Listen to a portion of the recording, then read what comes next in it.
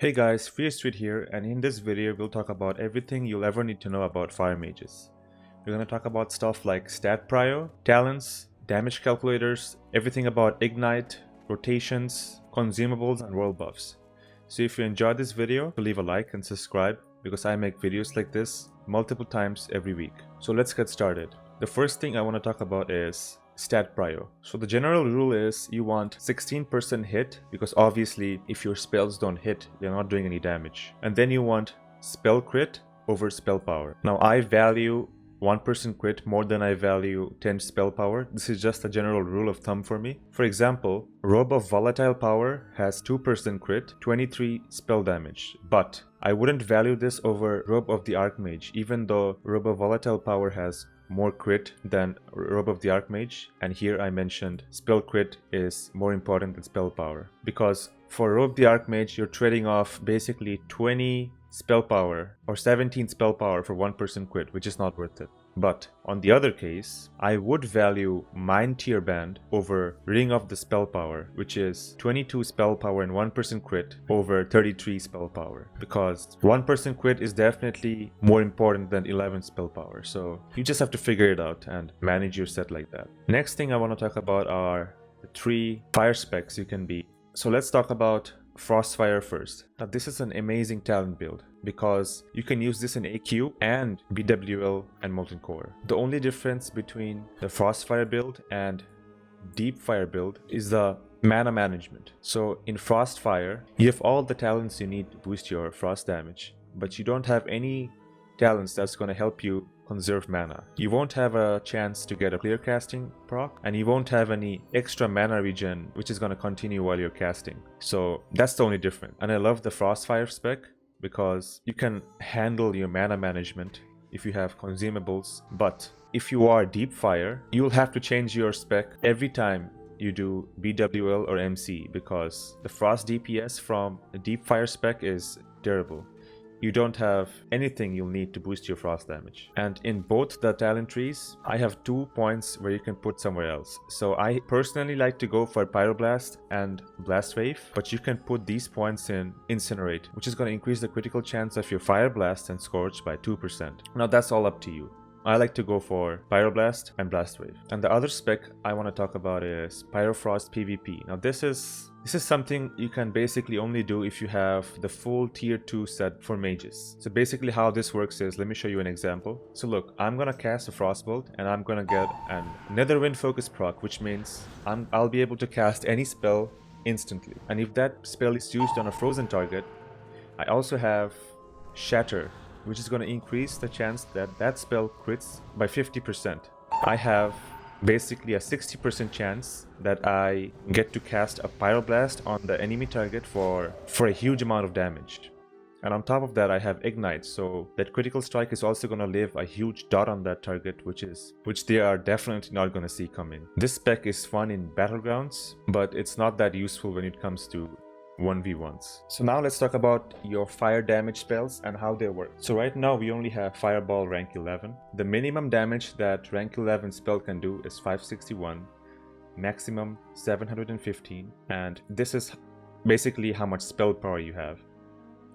Now I have 509 spell power, so I put this as 509. And this is your damage modifiers. So basically if you have improved Scorch, 5 stacks on the enemy target, you have a 15% damage boost modifier. Same thing with firepower over here at the end of the fire talent tree. This will give you a 10% fire damage modifier. When you're in a raid, this is going to be 15% from Scorch, 10% from firepower, and another 10% from Curse of the Elements, which is the debuff warlocks are going to use on the boss. So right now I don't have any of those, so I'm going to put that as 0. And now I can see what my minimum damage of a fireball is going to be and the maximum, and same thing for my crits. So I can guarantee you that if I use a fireball right now, it's going to be in between 1070 and 1224. Let's see.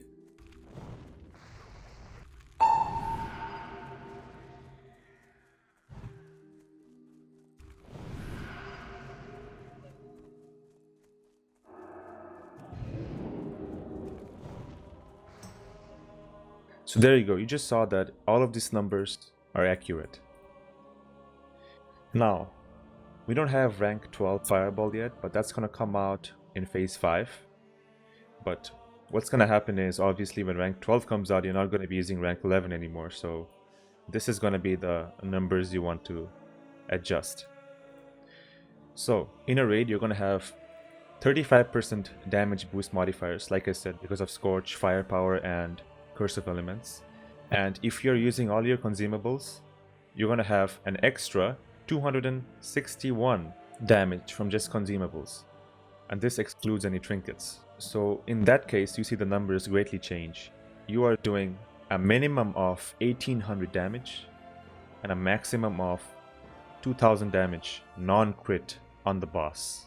And if it crits, you're doing a minimum of 2800 damage crit and a maximum of 3.1k. So if you want to mess around with this, just change the spell power here to whatever your spell power is, and all these numbers will update. As usual, I will post a link to this spreadsheet in my Discord, and if you want to try this out, just click on File, make a copy, and then you can adjust everything in here any way you want. So now that we have our damage calculators set, we can see how much damage the ignites will do. So basically how ignites work is, when you do a critical strike with your fire spell, it's gonna do 40% of your spell's damage over 4 seconds. Now this is 40% over 4 seconds, which means, so ignite takes 2 times in 4 seconds. So let's say you stack an ignite up to 5 stacks with let's say 3000 damage fireball crits. So every 4 seconds you'll be doing 6000 damage with ignite, and that basically means your ignite alone will be doing 1500 DPS. Now, the way ignite works is real tricky. That's why I put a link to this article about ignite where someone breaks down how ignite works and everything. And here you can see that an ignite takes twice, after 2 seconds and after 4 seconds, doing 20% of the crit's damage every tick. And here you can also see that if a new crit is applied to a 5 stack of ignite, which means you already have a 5 stack ignite ticking, and then you get a new crit on top of that 5 stack. So what's gonna happen? That new crit is gonna reset the timer, obviously, and it's gonna replace either the lowest damage of that 5 stacks tick or the oldest. It's really unclear which. And here they also mention how all the mages in the raid can work as a team to get the highest and longest lasting ignite ticks as possible. So do check this link out. You'll know a lot more about ignite if you read this whole article. Now some of the things here might not be true because this is based on private server reports. As you can see, this thread is 2 years old, but damage wise everything here is accurate, so check it out. So for DPS rotation, what you want to do is apply 5 stacks of Scorch, so you have 5 stacks of improved Scorch debuff on the target. That way you'll be doing 15% more fire damage on that target. And then what you want to do is use your combustion and your trinket together, whatever you have. For me, I have Zandalar Charm, so my macro is /cast combustion and /use trinket. And after you cast your combustion and use your trinket, so your first fireballs will crit, and this will leave an ignite stack on the target. Now generally in a raid you don't want that ignite to drop, so you have other mages also casting combustion after you, and try keep that ignite rolling for as long as possible. And you do not want to drop your improved Scorch stack. I'll show you an example. And also you do not want to use your Scorch for anything else other than applying or maintaining your improved Scorch debuff on the boss. Now let's show some examples. Okay, so here you'll see that I start the fight by casting 5 stacks of Scorch, and after my 5th stack I use my combustion, my trinkets, and I go for fireballs. And as you can see, the fireballs are critting and the ignite damage is going higher and higher. Right now I'm peaking at 1.1k DPS. Now this is another fight where you see me applying Scorch on the boss, and after my 5th Scorch again you'll see me doing my fireball and all cooldown popped damage.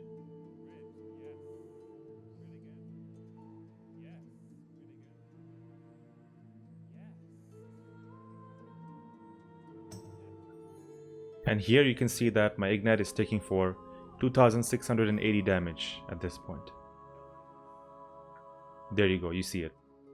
Now it's been 30 seconds and I'm still maintaining 950 DPS, single target, with only an Oni buff and only a Greater Arcane Elixir pot. I don't have any other world buffs, and I'm not even using a flask. If I did have flasks, I would be doing at least 1200 DPS, or maybe 1100. Now let me show an example from a raid where there are more than one fire mage.